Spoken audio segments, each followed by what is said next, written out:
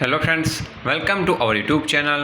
આજે મિત્રો આપણે માહિતી મેળવીશું દીપક રાજાણી કે જેનો સિનિયર ન્યૂઝ એડિટર છે. તેમણે ટ્વીટ કરીને માહિતી આપી છે કે મિત્રો, રેવન્યુ તલાટીના પરિણામ અંગે ઉમેદવાર છે ભારે ઉત્કંઠા.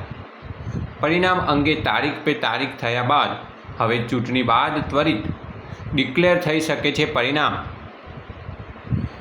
2300 પોસ્ટ માટે 4600 ઉમેદવારની નામાવલી થઈ શકે છે જાહેર.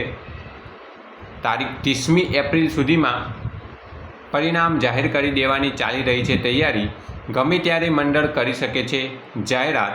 એટલે કે મિત્રો, આગામી 26 તારીખે ચૂંટણી પૂરી થયા બાદ 30મી એપ્રિલ સુધીમાં રેવન્યુ તલાટીનું પરિણામ જાહેર થઈ શકે તેવા ન્યૂઝ મળી રહી છે મિત્રો.